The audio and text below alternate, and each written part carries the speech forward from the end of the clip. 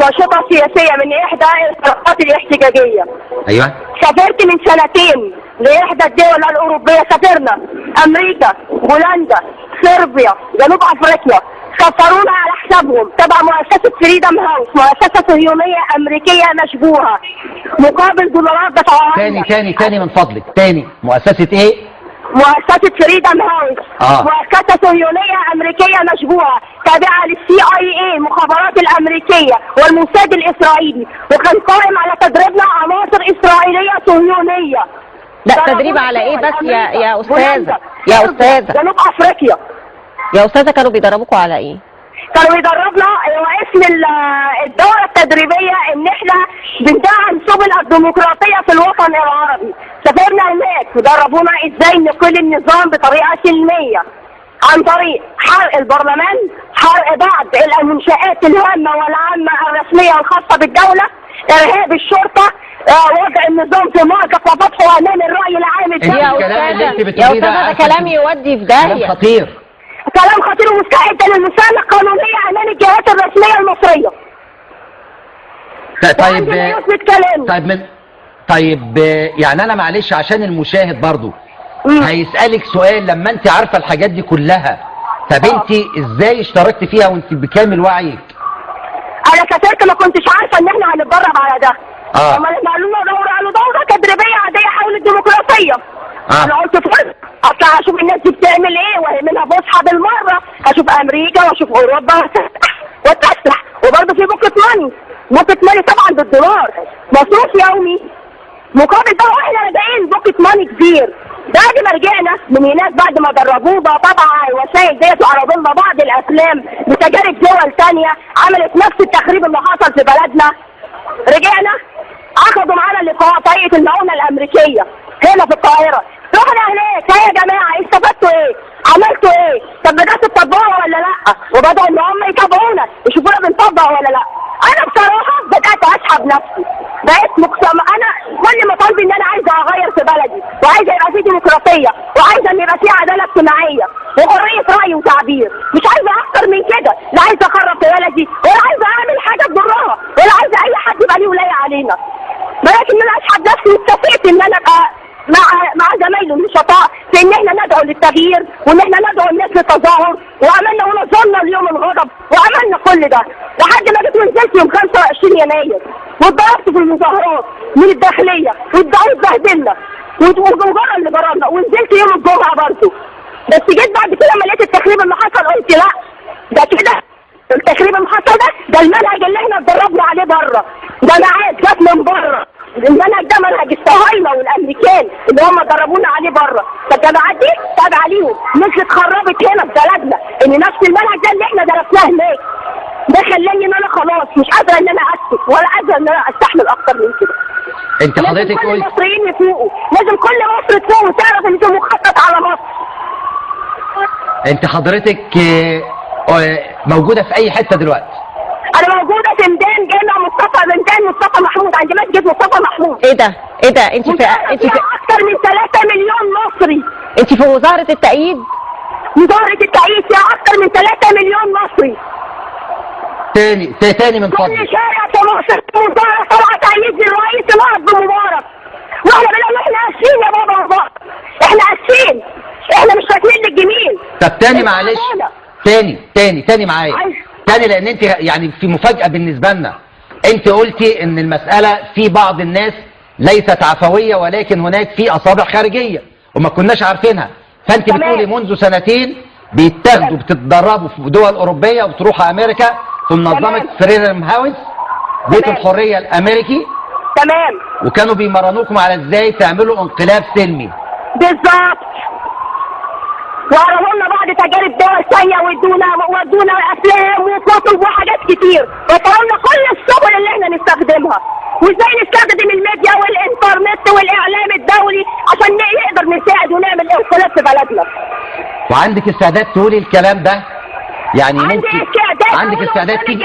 لا انا دلوقتي انا عايزه، طبعا انت اكيد مش هتقولي اسمك بعد الكلام اللي انت قلتيه ده كله، ومش هتقولي لنا انت منين ولا فين ولا كده. انا مش خايفه اقول لحضرتك، انا مش خايفه من الجهات الرسميه في الدوله، مش خايفه من المحاكمه. امال خايفه من مين؟ ان انا خايفه بس اهو مش خايفه كمان. زمايلي مش هيسيبوني اللي كانوا معاكي سابوني، اللي كانوا معايا واللي بره كمان اللي سفرونا كمان، ان هم مش هيسمعوا ان حد يفضح مخططهم. عايز اقول لك العدد كبير، انا مش عارف اسمك بس زمايلنا في الاعداد بيقولوا ان انت معانا وعارفينك كويس جدا. عدد زمايلك كتير قوي اللي كانوا معاكي؟ ايوه كان عدد كبير. كلهم موجودين في المظاهره الحاليه؟ لا، معايا هنا في المظاهره دي مجموعه خالد سعيد، كلنا خالد سعيد، الناس اللي شاركوا يوم 25 يناير هم موجودين هنا النهارده. شباب 25 يناير موجود هنا النهارده، اللي موجود في ميدان التحرير دول ناس ما لهمش علاقه بيوم 25 يناير، اللي موجود في ميدان التحرير بتوع الاخوان اللي هم عايزين يعملوا مخطط لقلب نظام الحكم بعد ما خدوا صف في الشارع وفي الشعب. يعني البلد كلها عشان خاطر خسوا في الانتخابات. اللي موجودين هناك يعني من حماس. زمايلك من كلنا خالد سعيد، زمايلك من كلنا خالد سعيد معاكي في مظاهرة التأييد؟ ايوه معايا هنا في المظاهرة. واللي هناك عناصر من الإخوان ومن حماس؟ عناصر من الإخوان وفيهم بعض عناصر من حماس، من حركة حماس. لا انا انت طبعا رحتي هناك وشفتيهم، لانك يعني انت بتقولي الكلام ده بثقة شديدة. ايوه انت بتقولي كلام خطير جدا. ما هو خطير للاسف، والمصريين مغيبين. طيب لا ممكن مصر مخطوفة. ممكن من فضلك تتصلي بقناة عربية وقناة جزيرة اللي هم طول الوقت تقول لهم الكلام ده؟ قلت لهم الكلام ده دلوقتي هنا. وبعدين؟ قالوا لي ما سمعتش الكلام ده هتتضرب. قالوا لك ايه؟ المذيع كان رافض ياخد الكلام ده. الناس هنا قالوا لي لو ما سمعتش الكلام ده انت مش مصري ومش ممكن تكون مصري. يعني انت سجلتي سجل معايا، ما اعرفش بقى زيه ولا لا. سجلتي مع المراسل يعني؟ مع المراسل، قناة العربية وقناة العقارية. طيب هو واضح طبعا ان انت يعني حصل لك حالة طبعا، لان انت ادركتي انك خايفة على مصر، يعني ما عندكيش استعداد انك انت تنساقي ورا اي شيء، لانه فعلا بجد كلنا اليومين دول مش حاطين قدامنا هدف تاني غير بلدنا. يعني دلوقتي بابايا اللي رباني وكبرني وصرف عليا غلط في حقي، مش مشكله، جه اعتذر وحاول يصلح الغلط ده معايا، اقول له لا اطلع بره البيت. ازاي؟ ده ابني اصلي المكان الجميل. بابايا ده اللي شرف الكبر، اقول له اطلع بره. بابايا بيستسمحني يستعطفني يقول لي اقعد معاك وقدسني هنا، اقول له اطلع بره.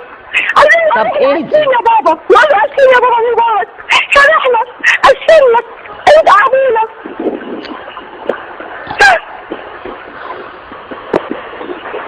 هو ليش يطلع علينا ونقول علينا كبير قوي كده ان هو حمينا من كل حاجه، كده ان احنا عايشين بالامان في عهده.